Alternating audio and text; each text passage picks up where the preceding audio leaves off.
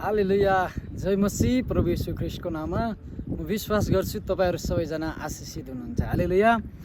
आज म तपाईहरुलाई के उत्साह दिन चाहन्छु भन्दाखेरि मान्छेको जीवनमा हाम्रो जीवन जिउँदै गर्दाखेरि लाइफ हामीले चाहिँ अगाडि बढ्दै गर्दाखेरि जीवनमा बाधा विघ्न समस्याहरू केही अप्ठ्यारा परिस्थितिहरू आयो भने हामीले के गर्ने त भन्ने विषयमा म तपाईहरुलाई केही उत्साह दिन चाहन्छु।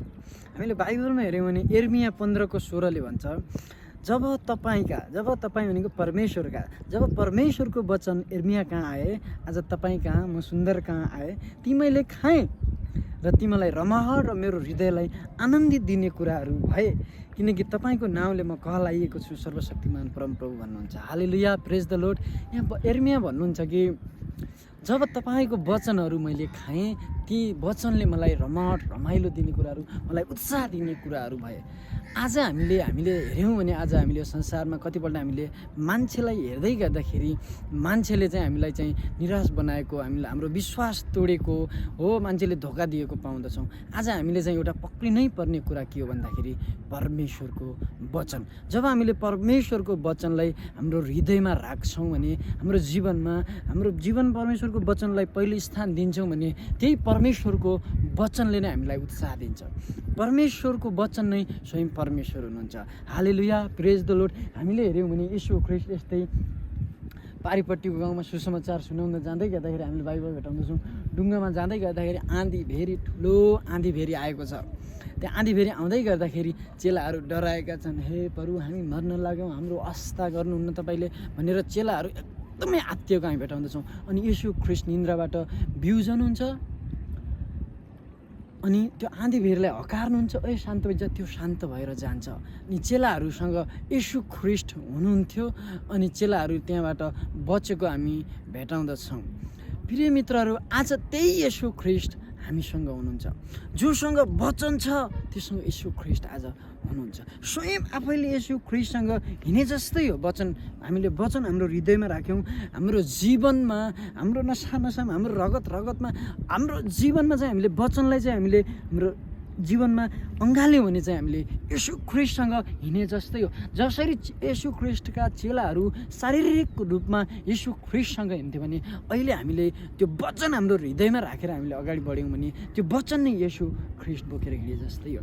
जब हामी हाम्रो जीवनमा हिँड्दै गर्दाखेरि समस्याहरू, बाधा विघ्नहरू आउँछन् र त्यही वचनले नै हामीले तिनीहरूलाई चाहिँ हामीले हकार्नुपर्छ। अनि त्यो वचनले हकारेको भनेको यीशु ख्रीष्टले हकारेको हो, किन भन्दाखेरि त्यो वचन यीशु ख्रीष्ट हो। हालेलुया, प्रेज द लर्ड।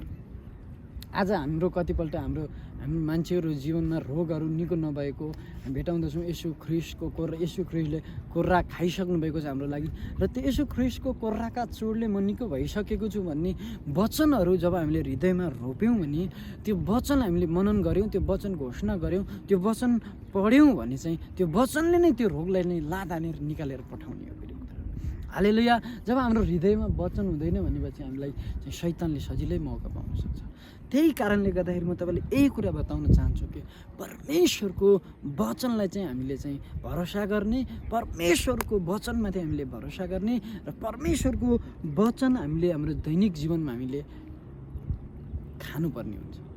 अनि हाम्रो आत्मिक जीवन आशीषित हुन्छ, हाम्रो शारीरिक जीवन पनि त्यही वचनले नै आशीषित गराउँदछ। हालेलुया, प्रेज द लर्ड। त्यही कारणले गर्दाखेरि पनि हामीले बाइबलमा धेरै ठाउँमा भेटाउँदछौँ, दिनरात वचनमा मनन गर, सफल तै हुनेछस्, आशीषित हुनेछस्, खोलाको किनारमा रोपेको बढ्छु अरू केही गर्नु पर्दैन। वचन वचन वचन वचन वचन।